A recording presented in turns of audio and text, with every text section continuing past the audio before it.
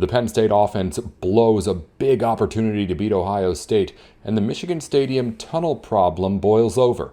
This is Locked On Big Ten. You are Locked On Big Ten, your daily podcast on the Big Ten Conference. Part of the Locked On Podcast Network. Your team every day.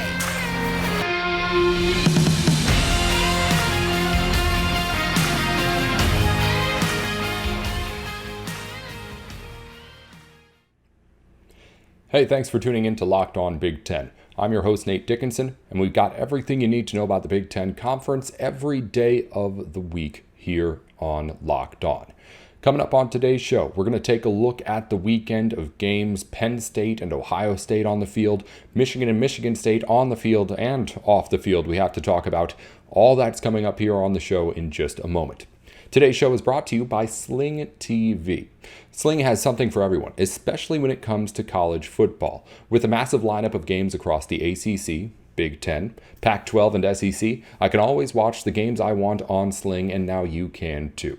Check out the Sling TV now to see the massive lineup of games they have all season long. Sling, the TV you love for a price you'll love.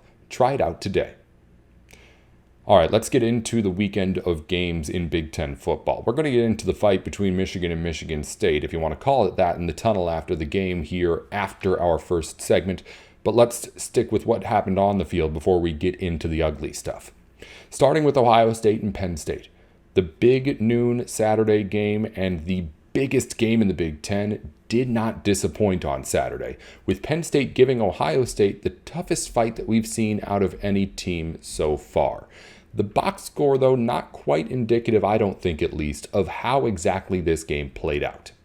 First off, Penn State's defense was outstanding, I thought, for just about all of this game until Ohio State pulled away at the end. Nittany Lions had a terrible spot to start this game, with Sean Clifford giving them 3 possessions to try and stop Ohio State in the first 9 minutes on the field. That was 9 out of the first 12 minutes of the game that the Penn State defense had to be on the field. So when you put all those factors together and the fact that they spent basically no time on or off the field for the first quarter, the fact that Ohio State only got 10 points in those 3 possessions is kind of impressive. Again, giving up 10 points in a quarter isn't great, but when you're doing it the way that Penn State had to do it, it's a little bit better. That being said, as good as the defense was for Penn State, the offense was equally as bad. Sean Clifford just really struggled to start this game. You mentioned the 2 interceptions that he had that led to more Ohio State points and put the defense with its back against the wall really right off the bat. But then things started to change a little bit. Penn State started to get things working and going. Parker Washington was outstanding in the receiving corps. It looked like after those 2 interceptions, we may start to get the better Sean Clifford for this game. And that had me thinking, okay, well, if the defense can keep doing what it's been doing, maybe the Nittany Lions got a shot here. And they did. Defense stood up tall throughout, again, all the way up until the fourth quarter. The Penn State offense was, again, the reason why they lost the game, but at least able to get something going against what had been a top-notch Ohio State defense so far this season. It was looking like a game that could end up being an upset. Penn State was doing the things it needed to do to win the game. Breaks were going their way too, and when you're trying to beat Ohio State, you have to have a little bit of a combination of all of that. But then the Buckeyes just pull away. Offense wasted a really solid day on defense for Penn State, and that's my biggest takeaway from this game. Not that Ohio State got played close, not that Penn State was able to keep up with them, but that the Nittany Lions offense was given pretty much the ideal situation to be able to pull off this big upset. Defense played great. Ohio State had 30 rushing yards at halftime. The offense just couldn't do anything with it. And you go from being, instead of, let's say, if Sean Clifford doesn't throw those 2 picks maybe, this ends up being a game where Penn State's like up a couple of possessions maybe even as things start in the fourth quarter. Instead, You're looking at a spot where Ohio State is right there in it. It knows it hasn't been playing its best football, but can go out in that fourth quarter, drop 28 points on you, and say, okay, this game's over. And that's what Ohio State does. And when talking about the wrapping up of this game, I wrote in my notes as I was watching, Ohio State just did what Ohio State does in that last part of the game. Ohio State takes the lead with a touchdown. And then let me just run you through the remaining drives up until the point where this thing was really out of reach. So Ohio State goes up after Katron Allen's rushing touchdown with a touchdown of their own. The sequence is that Ohio State touchdown, Penn State fumble, Ohio State touchdown, Penn State field goal, Ohio State touchdown, Ohio State pick six. From the time that Ohio State takes that lead till the time of that pick six that makes it a 20-point game, that's less than 6 minutes of game time. That's why the Buckeyes are the best in the country. That's why this Ohio State team is, even more so than in previous years, thought to be up with, if not better, than the Bamas, the Tennessees, the Georgias that dominate this sport. Because we've all known that those teams have always been there, but with Ohio State, they've always been the playoff contender, playoff team out of the Big Ten. When things go their way, they're the best program out there right now in the conference. But I don't know if they really have gotten that kind of respect of the dominant Georgias and Alabamas, even though they have a similar kind of resume. This is something where you're thinking, okay, this is why everyone has this Ohio State team just a little bit higher, a little bit of a notch up.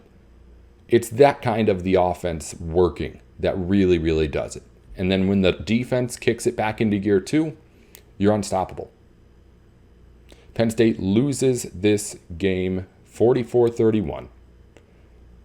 And it was, I guess, about what that final score indicates, but getting there was an adventure. Penn State could have won this game. Penn State could have won this football game. The offense did not show up in a way that let it have a chance. Because once Ohio State turned it back on, that was it. Game over. Other big game from the weekend, of course, Michigan against Michigan State. This one was uglier. The early game was a really fun football game. You went back and forth. You had good scoring. You had exciting plays throughout. Michigan State obviously had that, but when you look at that 29-7 final, you kind of understand this was a little bit more of a Big Ten game in pure essence. At the beginning, Michigan State looked like Penn State did, not even just like it would be able to possibly beat Michigan, but at least for that first quarter and maybe a little bit more, I thought the Spartans had a chance to beat Michigan while just genuinely being the better team on the field that day. I mentioned with Penn State, the Nittany Lions could be really, really good, and Ohio State has a bad day. And I still think they might need a little bit of luck in there and some breaks to go their way if they wanted to pull off that upset. With this Michigan State game, I was going in thinking the same thing. Michigan State can't stop anything on defense. These two teams seem more overmatched than even they had been before Michigan State started winning these games, perhaps, in the last couple of years under Mel Tucker. Easily the most overmatched I think they had been since Mel Tucker had gotten there. That being said, things looked good. Michigan State got a turnover. That's one of those breaks I'm talking about earlier. It looked like it would be at least a potential to see a really good game from Peyton Thorne. Instead, Michigan kind of just takes control after that first quarter and never lets Michigan State do anything again. That's really how it becomes kind of a more boring kind of thing. But Michigan State was getting into it early. They had a little bit not like trick plays, but tricky plays, that little end around thing they did, going outside and getting around that corner a lot. That's just a sign of a team that's outplaying to you if they've beaten you to the edge. And Michigan State was doing that at the start of this game. And then Michigan, again, just kind of in the same way Ohio State did. It flipped its switch and decided, okay, we're going to take this over. We're obviously the better team in this game. Both those matchups, I thought, obviously, Michigan State gave in a little bit earlier. But both those matchups, I was sitting there through the first at least quarter for Michigan State. And then, obviously, just about all the game for Penn State, thinking, oh, Ohio State and Michigan could lose. And when I have gone throughout the season, there isn't really anything that's made me thought that in the same way that those two teams did on Saturday. Unfortunately, Saturday was also probably the best chance for either of those teams to lose the rest of the season. Unfortunately, if you're a fan of anybody else in the Big Ten. So it looks like, at least right now, we're dead set on pretty much what we've been waiting for all year. A game against Michigan and Ohio State to decide who goes to the Big Ten title game and hopefully who goes to the college football playoff. We always kind of knew that was coming, but I think that this weekend was the final nail in the coffin to really avoid, or really have a chance to avoid that and get anything else. That's a look at the two biggest games, of course, from over the weekend. Coming up after the matchup between Michigan State and Michigan, we had a scuffle in the tunnel. The one tunnel that Michigan Stadium has, you may have heard. We're going to talk about that in just a second on Locked On Big Ten. Before we get into any of that, though, our partners at Nissan have worked with us to create a new segment across the Locked On College network titled Thrilling Moments, where we highlight the most exciting play from the Big Ten weekend or throughout the history of the Big Ten. We're going to go weekend, of course, here. This week's thrilling moment from the Big Ten is Blake Corum's 41-yard run for the touchdown against Michigan State, helping the Wolverines put away Sparty in that matchup. It was, of course, a really, really fun matchup in that game. And Michigan State, Michigan, obviously always a good rivalry to watch in on. The Nissan thrilling moment. Pursue what thrills you have in the all-new Frontier, Armada, or Pathfinder today. Available now at nissanusa.com. This segment inspired by the thrilling new designs featured across Nissan's new vehicles.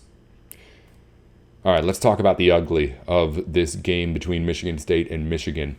After the game, Michigan and Michigan State going back into the tunnel. Michigan State goes in first. A Michigan player goes ahead and gets into the group in the middle of Michigan State players. I'm not sure exactly why that was. Harbaugh said guy had to go to the bathroom, which is understandable, I suppose, but maybe hold it, I guess, for another second. Or pee your pants if it's that bad. I don't see the reason to go into that situation in that moment. But again, that's not like it puts any sort of blame on him. Moving on. So then gets into the Michigan State huddle at some point, and we've seen, if you're a fan, you've seen probably videos that at least do it somewhat good justice to see what happens. ESPN actually had a video, I think, that was published earlier today that has what, in my opinion, was the best angle of it that we've seen so far. Something that's not just on a phone camera or anything. But you can see everyone just starting to get into some sort of scuffle. There's a big, big mound of MSU players, and it turns out it's around a Michigan player. And he's just getting, at some points for a couple of seconds in the video, it looks like just beaten over the head by a group of Michigan State Spartans. And it ends up in 4 suspensions for Penn State, or for Michigan State. MSU suspends Tank Brown, Kari Crump, Angelo Gross, and Zion Young. This was something that a couple of weeks ago when we talked about it between James Franklin and Jim Harbaugh, they're back and forth, I was kind of ready to say, hey, this is something that will blow over and be nothing. I did say that, I think. Because, to be fair, you should just be able to walk down the hallway, right? Yes, they only have one tunnel. Yes, that's unusual for a college football stadium. But hey, how about we all just be grown men and walk down this tunnel and get into our locker rooms without any problems, right? That was my sentiment at the time when this was between Penn State and Michigan. That was a nothing. It's now become a something. Something we have to talk about, something we have to address. Because this is unacceptable, what happened on Saturday. You can say whatever you want about, oh, well, the kids should just be sure to control themselves and be able to handle themselves in these situations. But at the same time, like, you're, again, not to try and take blame away from anyone, but just, if you had a second tunnel, like, these are, again, people making stupid decisions. But these are also teenagers that have just been thrown around on the ground by these guys for the last 3 hours. So there's a balance here. in exactly how grown up you are. Not to defend anything that happened, but it's just very clear now that this is something needs to be done. It's not enough anymore to just say, hey, let's all be grown-ups about this, because it keeps happening. And that's just not okay. Another note, I think Harbaugh has to take at least a very, very small amount of the blame here because of what he said when James Franklin brought this up a couple of weeks ago.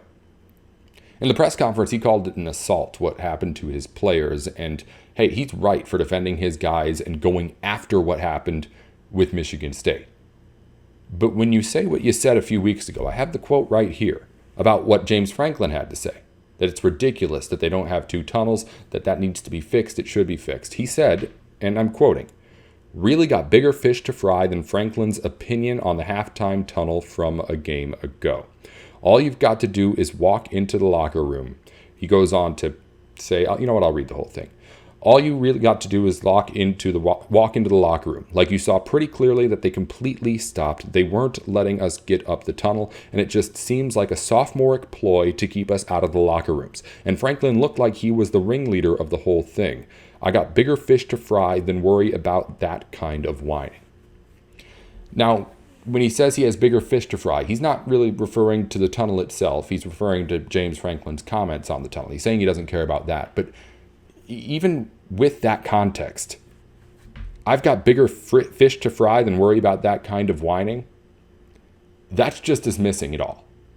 Dismissing the whole situation, dismissing that the tunnel had something to do with it, dismissing that Franklin had something to do with it. That was Harbaugh just saying, hey, I don't want to talk about this anymore. This does not matter. Just walk to the locker rooms. And at the time, he's right. I mean, this hadn't happened yet. There had been other things like this that had gone down when teams have gone to the locker rooms at Michigan. But something like this is a little bit different, right? A lot different, of course. For him to say that, I feel like you have to at least say, hey, I was wrong when James Franklin said that a few weeks ago. Yes, maybe, again, it seems like he was more upset at Franklin's comments than what actually happened. But either way, it was a downplaying in those quotes by Harbaugh, and it's become very clear that downplaying is not what should have happened in that case. And I have a hard time at least believing that if James Franklin sees it clearly enough to call it out, then maybe Jim Harbaugh had an idea that something like this could happen at some point. Maybe, just maybe. Again, he wasn't wrong at the time. Just walk to the locker rooms. But unfortunately, because of what happened on Saturday, we're past that point now. Something needs to be done to make sure that something like this never happens again. Because we can blame these stupid kids as much as we want, but at the same time, these are teenagers, again, who had just got done playing 3 hours of a football game that makes you very, very emotional and has you ready to run through a brick wall for people or fight whoever's on the other side. For them to be in that situation, I think, is something that the University of Michigan can fix. The fact that it happened, absolutely, put all the blame on the people who did it. But part of the job of these institutions is to prepare people for the real world, right? Help make sure that they're ready to go when it comes time to start the life, and also protect them. I feel like those players weren't very well protected in what happened in the tunnel. Again, it's not their fault. It's not Michigan's fault that this happened. But if there's something that can be done to not have players go into this situation, you do it. And now, after the fact, it seems kind of foolish that we had never even just done anything at all before. We're going to wrap up with all the rest of the news from around the Big Ten weekend here on the show in just a moment on Locked On Big Ten. Before we get to that, though, Sweat Block wipes are a must-have for everyone's toiletry bag. It's a lifesaver if you're someone who sweats a lot or isn't someone who sweats a lot but knows that this might be one of those days, whether it's super hot outside, maybe not relevant in Big Ten country on a particular day, or even in the winter too. When you put on those big winter jackets, if you're leaving them on for a little while, things can get a little hot underneath, I know. So if you're someone like that, You can go over to sweatblock.com and just get the ease of mind. That's my favorite thing about it. It's not necessarily that I'm super worried about sweating all the time or I'm constantly thinking about that. But the point is that when it does happen, when I start to see a little bit of the stain on the shirt or anything like that, you can just take out a wipe your underarms, you're done. Don't have to worry about it the rest of the day. You're good to go. It's sweatblock.com, and if you want to try it out and see what I'm talking about for a little bit less, use our promo code LOCKEDON for 20% off. Locked On for 20% off at sweatblock.com. They're also available on Amazon. All right, let's wrap things up here. Locked On Big Ten, rest of the news from over the weekend. New AP poll is out. Ohio State's in second still, but now tied for second with Tennessee. Volunteers getting a couple of extra votes to even things up with Ohio State. Michigan stays put at number 4. The Illinois Fighting Illini are up to number 14 and the third best ranked team in the Big Ten now. Illinois fans, I'm sure, thrilled to be in that spot. And finally, Penn State slides down to 16 with the loss to Ohio State. Only other team in the polls is Maryland. They finish out at number 28. What would be 28 if they went that far with the polls? And Terrapins sneaking up there, slowly but surely approaching top 25 status. We're going to have to start talking a little bit more about Talia Tagovailoa and those Terps. Other Big Ten news, Big Ten players of the week from over the weekend. Blake Corum gets it on offense, 177 yards on the ground. Not too shabby. Of course, JT Tuimoloau. Shoot, I forgot to write the pronunciation down when I was prepping the show. I'm sorry, JT. I had it written down. I know that it's very, very hard. We will get that because it was the best game defensively I've seen out of a Big Ten player in a very, very, very long time. I apologize for that botched attempt to get your name. Special teams player Jake Moody of Michigan, freshman of the week, Drew Stevens of Iowa with his 4 field goals. Those are your Big Ten awards winners from the weekend. On the soccer pitch, Maryland has won the men's Big Ten soccer title, which means the men's Big Ten tournament is starting up soon. It will feature top-seeded Maryland, and the next top seeds will be Rutgers, Ohio State, and IU, rounding out the top 4 seeds in that tournament that starts up this weekend. Another Big Ten news from over the weekend, some games in the top 25 yesterday in field hockey. Number 19, James Madison, went on the road to face off against number 21, Rutgers. Rutgers picked up a big win at home, 3-0 the final score. And number 2, Maryland, on the road against number 13, UConn. They picked up a road win, final score 2-1. Finally, 2 recruiting updates and commitments on the football field. Unranked defensive lineman Ontario Thompson from Council Bluffs, Iowa, has committed to, you may have guessed it, the Hawkeyes of Iowa. This guy unranked, but I believe will probably be getting a ranking at least at some point soon from the 24/7 composites. He had other offers across D1, including in the Big Ten. Nebraska and Illinois had given him the offer. He is also still scheduled to visit both Kansas and NC State this month.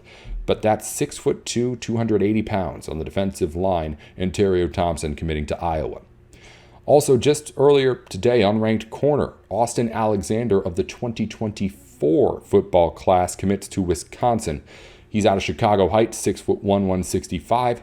A little less of a story on this unranked recruit. Badgers were the only offer that were listed on 24/7 that we know about, and this commitment comes less than a month after that offer comes in from Wisconsin. So a pretty quick pulling of the trigger from Alexander.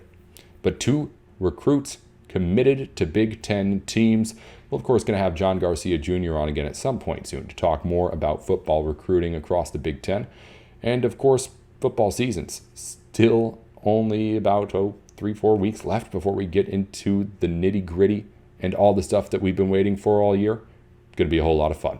We'll have it all for you here on Locked On Big Ten every single weekday. Until tomorrow, I'm Nate Dickinson. Follow the show wherever you get your podcasts on YouTube and on Twitter. It's Locked On Big Ten. That's 10 at the end, not TEN of Big Ten. And I'm Nate Dickinson at Nate with Sports on Twitter too. I'll talk to you tomorrow. This has been Locked On Big Ten.